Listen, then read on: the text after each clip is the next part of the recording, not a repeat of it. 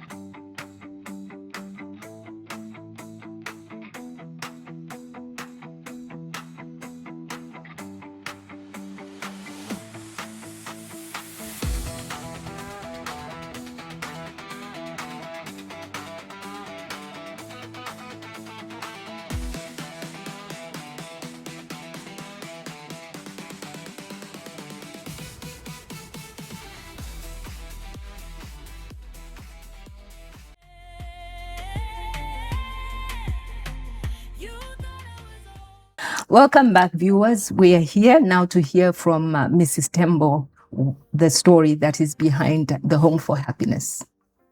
Mrs. Tembo, can you give us a brief background about yourself? Yeah, I was born in 1972 in Mpika district, and I did my primary school in the same district, in Mpika district, at Marashi Primary School. Mm-hmm. And after that, I went to Ruitkila Girls Secondary School. It's also in Mpika district. Mm-hmm. After that, I didn't go to any college. Okay. Yeah. So by that time, I had my parents, okay, but they are all normal. Mm-hmm. Sure. But I used to face a lot of challenges, mm-hmm, even when going to school, mm-hmm, because at that time, it's not all of the people who had disability who used to go to school. By that time, I was only alone, mm-hmm, at that primary school. So my fellow students did not accept me and I faced a lot of problems. My mother used to come to school whenever she heard that I was beaten, mistreated, just like that.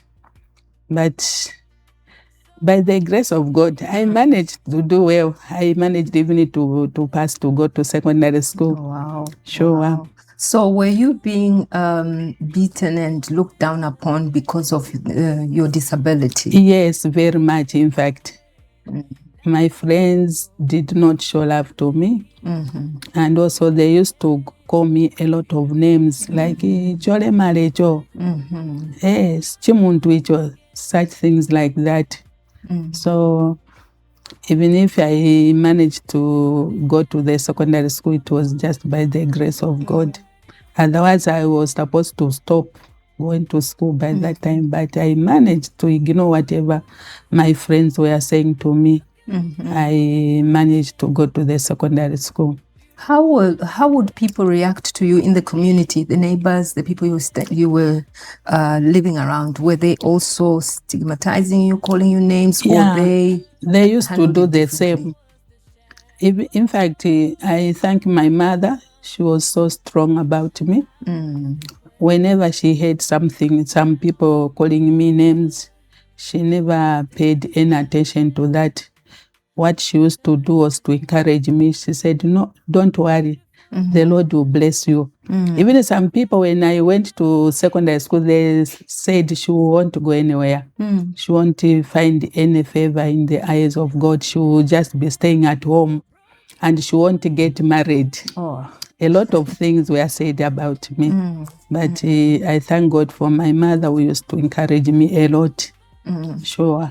We can see as far back then that even in this stigmatization has been there for quite some time. Yeah. And what is it that inspired you to start the Home of Happiness for Children with Disabilities?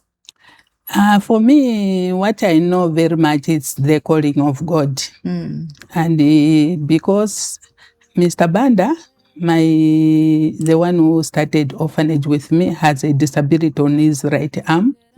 And also myself, I have a disability on my left leg. Yes. So this is why we started the orphanage.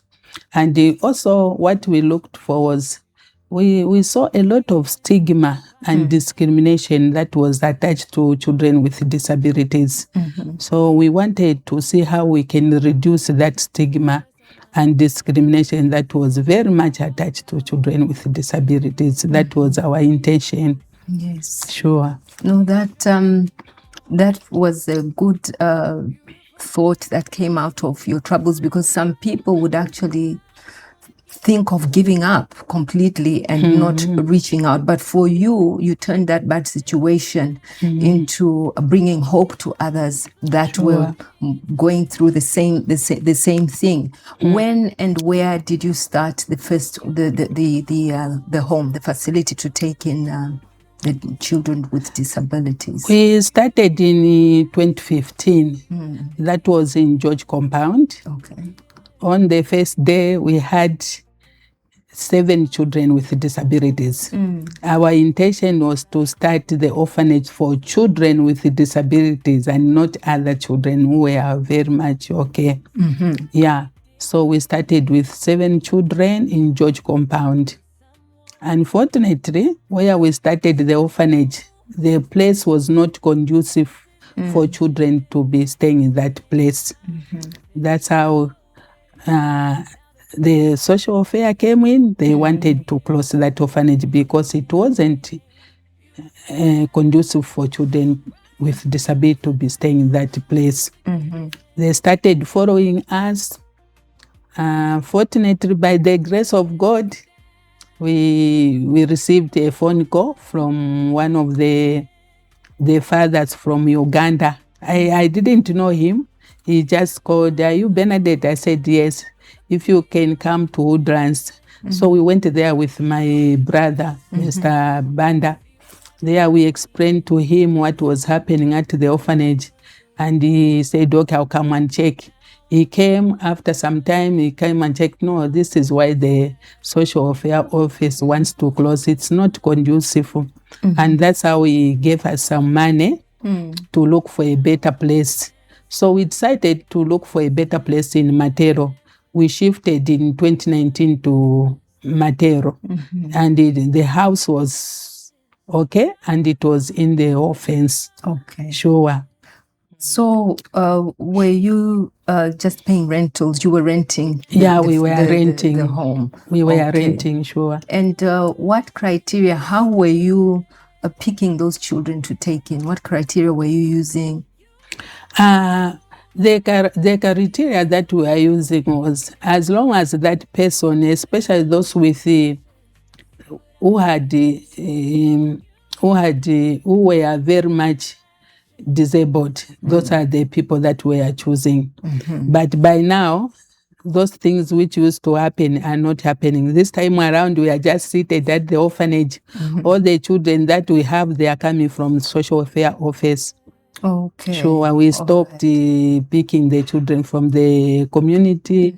No, we are no longer doing that. Okay, so you're actually working hand in hand with that ministry, that agency of the government. Yes, You're indeed. getting children through them. Yes, sure. Okay, all right, that is good. What are the kind of different conditions that the children have that you're caring for? First, we are keeping children with physical disabilities, those who are blind, and those who are deaf, and those who have got mental problems, and some are autism.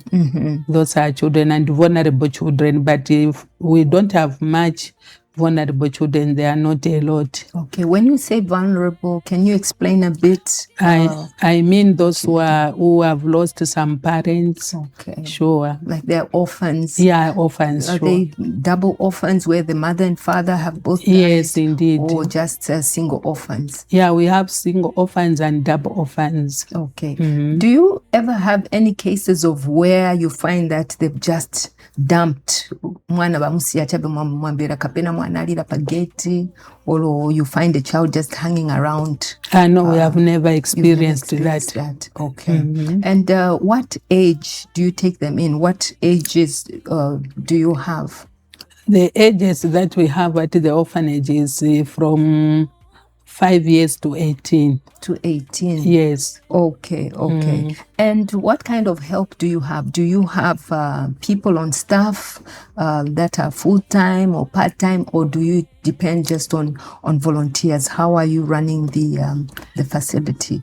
This time around, we just depend on volunteers. There is nothing that they receive. When we are blessed with some things, a lot, when we receive some things like meal, washing powder, and something like salt, that's when we share with them. Okay, Sure. all right. So it's just people coming in from.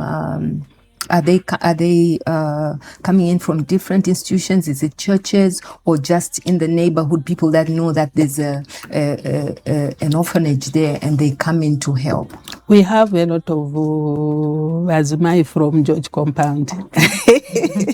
Wonderful women. And also we have some 3 guys who are taking care of the male children, like bathing them. And also we have 12 caregivers. They come after a week. Like on Sunday, they have to report for work.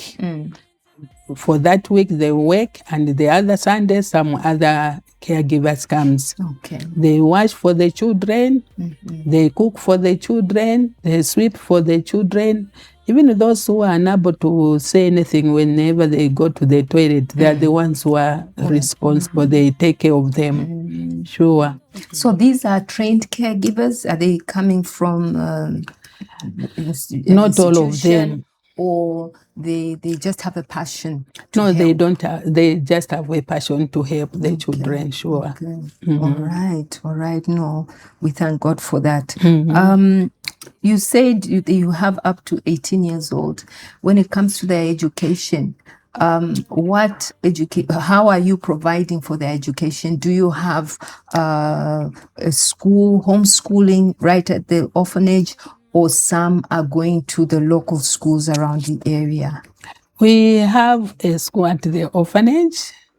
Yeah, that school is from preschool to grade 7. Okay. When they pass to go to the secondary school, as I'm speaking to you, the first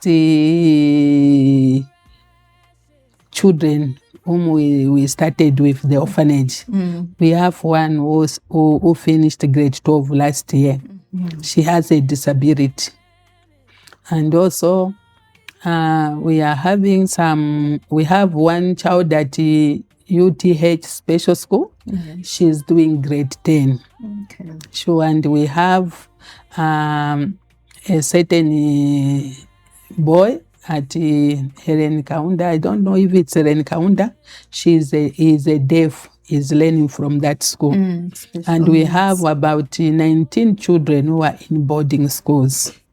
Sure. Okay. They're in boarding schools within Lusaka, or they're taken out of town? They are not in Lusaka, actually. They are in Nilwangwa Secondary School and some at Mwavi Secondary School. Okay. So the teachers that you have in-house, are they trained teachers? Yes, they are trained teachers. Okay. And how are you managing for their salaries? Because definitely they cannot teach, they cannot carry on without salaries. And also, how are you managing with the requirements for the children, uniforms, books, and pencils, pens, whatever is required?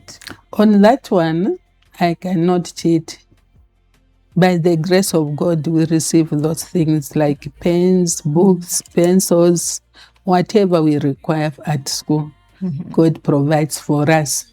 So it's people that come in, it's well-wishers. Yeah, indeed. And people that bring in donations. Do you have any institutions, big institutions that have partnered with you in their social corporate responsibility?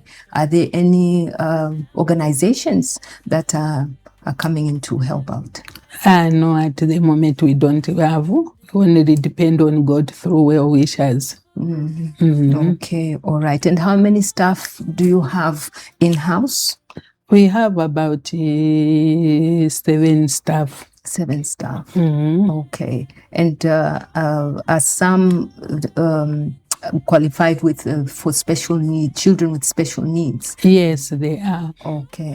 All right. So what challenges can you say do they face in teaching those children? And even for you personally, what challenges are you having? Because some of these children, like you say, have mental health issues. How are you handling those issues? Yeah, we are having challenges just like the way you have said. But by the grace of God, we are managing. We have children who have got mental problems. Yeah, they move a lot. Yes, they're very active. Very, very much active. So what we do is for those children, whenever they are out, of course the orphanage is in the orphans. We have given each child, each caregiver, like today it's Wednesday, we have the one who is on duty. So you have to look upon those children with a disability who are mentally sure, and also she have to follow them. When they are in the dormitory, she's there, she's also there. And for the men, they do the same. That's how we are managing them. Okay. Sure, they don't know even when they have to check on them if they have gone to the toilet, because we are using diapers. Sure. So they have to check on them to see if they haven't done anything or they have done anything. That's what we are doing. Okay. Sure. All right. For medical expenses, like when the children fall ill, do you have anybody maybe who's a nurse on site, or do you have people that you are connected to, like doctors, that you can call in case of emergencies when they fall sick? How do you handle such things? Last year we had, they used to come, but this year no one have shown up. Okay. But what we do is, when a child falls sick, we take them to Charleston Clinic. Okay, that's the nearest? Yes, that's the nearest hospital. And it's a challenge because we don't have transport on our own. If we don't have money, we'll wait until we are blessed with the money to take the children to the hospital. And we are having some children who are suffering from epilepsy. Yes. So we have to take those children every month for medication and also for the medical checkup. Yeah, so it's a challenge because we don't have our own transport. Yes. And also we thank God because we have a physiotherapist who comes every Wednesday and Friday to do physiotherapy at the orphanage. So it's a blessing. It is. So that person just volunteers to come in sure. and does it for free. Yeah, sure. The same facility, how long did it take you to build it, and how did you acquire that land, and how have you reached this stage? Yeah, we are moving bit by bit by the grace of God, because when we moved to that place, we only found one house. There is this a well-wisher who donated that land to us. So we only found one house, and it wasn't complete. So when we shifted to that place, we started staying there. We were unable to keep every person at the orphanage in that house. So for the guys, they were sleeping outside the gate. We asked a neighbor to be for the help, so that they can be helped during the evening. Yes. So and for me, I used to stay in a one-roomed house. It was a shelter where the owner of the house used to keep some tools, like wheelbarrows and some other things. So it was just near the gate. The gate did not have, the offense did not have the gate. So it was a challenge. A lot of children who used to move out. So we assigned some children who used to sit near the gate to check on those who used to go out. And also in we shifted from Matero to Foxdale Chamba Valley in 2019 in November. So in 2020, we have a lot of people who came. They built us 2 rooms, that one which is attached to the big house. Okay. We had a lot of different people who came to help us. Some bought roofs, some bought windows, some bought a lot of things. And it was completed. And the people who used to sleep outside the gate, they came in. Then after that, in 2021, we had people from WaterAid. They came in. Wow. They put the tiles and also the ceiling boards. They bought every door, the doors that were needed at the orphanage.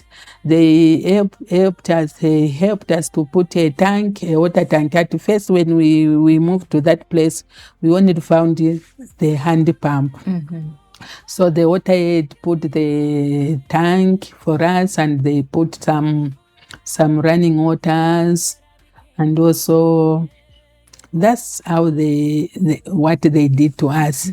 And after that, we had some people from TB Joshua Zambia branch. They came in and they built as a ablution block. It's even working nowadays. It's there. They built it for us, although it wasn't completed fully. They left. We thanked them. And in 2022, we had a certain woman, I don't know her. She came, they built the first dormitory. They finished it, they put the roof, and they went. They said, money is finished. That's how they left. In 2024, we had a different person who came from a certain church, and he helped us to build the second dormitory. Yes. And also the classrooms. And he put everything that was required. Sure. As the children grow, they become teenagers, they become youth. What educational advancement, is there anything done for them? Because now they're growing, some need to go to college. Like you said, one completed grade 12, some need to go to university. How are you going to navigate that to get them to have a future, to be able to also maybe be independent one day? Yes, what we are doing is we are asking the well-wishers to come on board and help us to take those children to colleges. On our own, we cannot manage. So it's only by the grace of God. And that's what we have started doing. And we have got good response from well-wishers. Yeah. And also what we want to be doing for those who cannot manage going to school, we are planning to start the skills training center. Yes. At the new place where we have the new land where the Indians bought for us. Also, some people have donated some land for you. Yes, we have 3 hectares. It's in Chinkuri place, just after Cassis. That's where we want to put the skills training school, where children who cannot go as far as education, they can start doing some skills like bricklaying, doormat making, tailoring, such things like that. Sure. So the vision is growing. Yeah, it is. It's growing. And your names are Benedict Mindeo Tembo. I believe you are married. Yes, I am. How has your family responded to this vision? The entire family has responded well. I have 4 children. We are working together with them. And my husband is the best cook at the orphanage. He cooks? He cooks very much. Traditionally Zambian men, there are very few that cook. For him, he likes cooking very much. Wow. Sure. The Lord bless him. So they bought into the vision, and they're also working together with you to see very that much, it grows, sure. and they provide for these people. You said some of them have they have family members actually. Yes. Do you allow them to communicate with family? Do they, some who maybe have extended family and then they found themselves there, do they communicate? Do they come to see those children? Do they help out in any way? No, they don't even come to see them. They don't even communicate with us, especially those who have left, those who have been integrated. Yeah, they are the ones who we talk to. Okay. Not those children. No, they don't. Their families, they are quiet. Sure. But and yet in our African culture, we are brought up to live in unity together and to help each other out. So it's surprising and amazing that you find that you see that even on the streets, there are a lot of children who actually have families around, and some of those children, we are told, actually they just run away from homes. They prefer to be on the streets where they can get the monies. So what would you say to the viewers today? What kind of help can they render? because now they're knowing. Most people probably haven't known about your facility and the challenges that have been there. What would you say to those viewers? How can people support you? How can people help you? For the people to come on board and support us, we are humbly appealing to well-wishers to kindly come on board and start helping us. This is the wonderful work of God. Sure, it's not my work, but it's our work. Yes. We should just work together as a team because there are so many challenges that we face. And for those fellow parents who have got children with disability, my encouragement to them is you should just show them love. Yes. Keep them near to you. They are all your children. No matter what has happened to them, don't ever try to put them away from you. They are your cousins, they are your children, they are your sisters. So love should be there for them. Most of the children who have got disabilities, they run away from some parents, even some from uncles, because they don't show them love. That's why they run away from them. And it's a blessing to keep such people. Sure, just embrace them. Yes. Show them love, just like that. Yes, you are a perfect example. You told us that your mother showed you love. Yes, indeed. Despite the challenges that you were facing each time you went out there and even in the neighborhood. So viewers, we would say to you, as you've heard Mrs. Tembo is saying, let's show love to every person. Let's love one another. Let love transcend and go beyond. Let's extend it to the vulnerable. Let's extend it to the disabled. They are all human beings, and we need to incorporate them in our daily lives, and let's care for them. Even as a nation, even the government, Mrs. Tembo is here and she's appealing to people out there to just come in and help. The facility is in Chamba Valley, Foxdale area. And can you give us your telephone numbers, how people can contact you, either you or the person, or that they can get in touch with? Our telephone number is 0972 93 2223. You can repeat. 0972 93 2223. Sure. And how can you encourage someone out there who is watching, you having a personal disability, and you mentioned earlier before we came that you at one time even had a stroke yourself, but you've continued to care for these children. Can you tell the viewers out there, how you manage, how you've come this far, and having come from this background, you managed even to finish school. You are married and you have your own children. Just speak to the viewers. Yes, I managed because it's the work that the Lord has given me. Even when I developed a stroke, I knew that one day I'll be okay. And I will do the same work that the Lord Almighty has given to me. I wasn't discouraged. Yeah, I was always thinking of the power, the love that the Almighty have for me. I knew that one day things will be well. Even these days, I know that things will be well. Yes. Sure, the Lord cannot disappoint us. He cannot put us to shame with our Lord.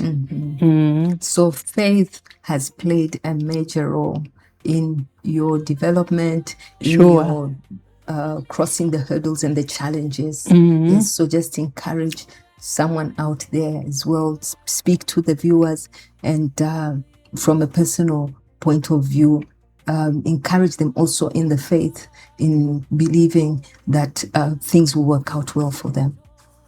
Yeah, my fellow people, my words of encouragement for you is especially for children with disabilities. Disability is not inability. And what I don't want to do is like kusula muntu alina umoyo. True. Even if he has a disability, you never know what tomorrow holds for that person. So love should be there always. Encourage one another. And also be with them, be for them in whatever happens for them. We should encourage them, please. We are all human beings. We don't know what will happen tomorrow. Makamaka kusula muntu sini mafuna. Ninaona pa umoyo wanga zamene mulungu ananichitira ninaliwo osuliwa. Ninaliwo okaniwa ku bantu, but look what the Lord has done to me. Sure. I really thank my God in heaven. Sure. Well, viewers, that was Mrs. Benedict Mindeo Tembo with us, and from the home of happiness for children with disabilities. And we're appealing to you, even as you've heard this program, as you've watched it, please extend your hearts to this facility. Let's come together and let us help and move together.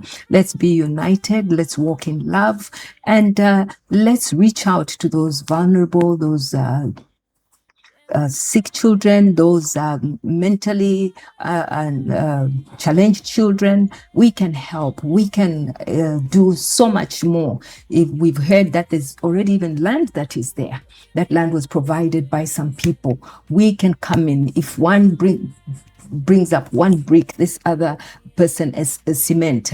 Even as the land is big, they can actually even do some farming. She's talking about bringing up skills training facilities on that same land, because it's huge land. We can come in different ways. Even organizations and companies, we are appealing to you today on BMTV that let's join hands together, let's unite and walk in love and serve one another, and this will grow this nation. This will develop this nation. The disabled people, the underprivileged people, they need us. They are also human beings, and we should not isolate them. We should not stigmatize them. We should not look down upon them. Mrs. Tembo's story is very challenging. She had so many challenges around her in the neighborhood, but the mother stood and encouraged her. Let's also learn from that and encourage other people. Thank you so much, Mama Tembo. And I believe and trust that we shall meet again. And as BMTV, we shall definitely come to that facility to hold hands and to love those children and to show love, and whatever token we can bring forward. You are Thank you, most viewers. welcome. We shall see you next week again.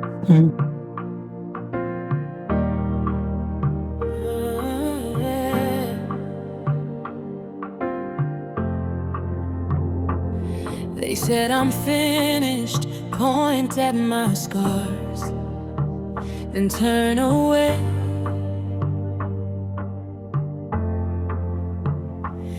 But I keep breathing, fire in my chest that just won't fade. Red dust on my sandals, still I walk in grace. Face to the sunrise, tears drying on my face. Beautiful ashes, I'm rising.